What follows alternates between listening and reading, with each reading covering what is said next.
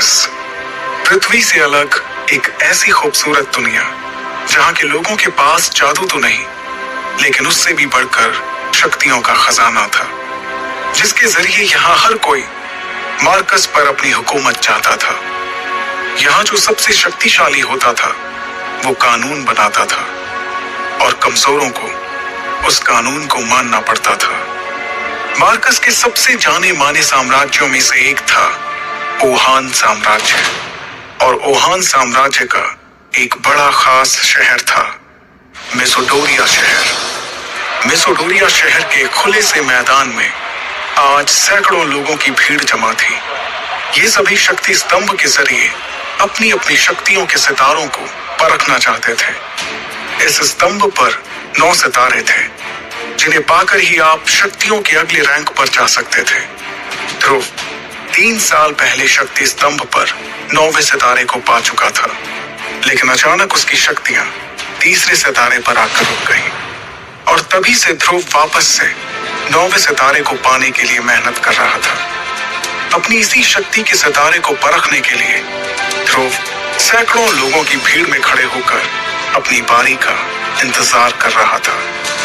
अपने दोनों हाथों की मुट्ठी को बंद कर ध्रुव ने खुद को भरोसा दिलाते हुए कहा, इस साल मैंने जी तोड़ मेहनत की है। इस बार मेरी शक्तियां जरूर 9वें सितारे तक फिर से पहुंचेंगी, जरूर पहुंचेंगी।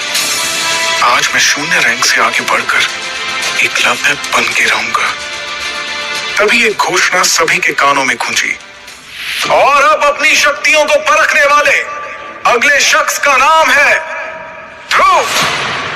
जैसे ही ध्रुव का नाम पुकारा गया, वो लोगों की भीड़ से निकलकर बाहर आया और अपने कदमों को धीरे धीरे बढ़ाते हुए ऊंचाई पर रखे एक बड़े से पथरीले स्तंभ की ओर बढ़ने लगा, जिसका नाम था शक्ति स्तंभ। शक्ति स्तंभ के ठीक सामने पहुंचने के बाद ध्रुव के जहन में कई बातें चल रही थी। ध्रुव जब सिर्फ 4 साल का था, तब से उसने प्रैक्टिस करना शुरू कर दिया था, और 10 साल की उम्र तक तो वो 9वें सितारे तक पहुंच गया था। फिर 11 की उम्र में वो शून्य रैंक से एकलव्य रैंक पर आ गया था। शौर्य दल के 100 साल के इतिहास में ये पहली बार था जब एक 11 साल का बच्चा एकलव्य बन गया हो। लेकिन उसके बाद ऐसा कुछ हुआ कि अचानक से एकलव्य एक बार फिर से शून्य रैंक पर आ गया।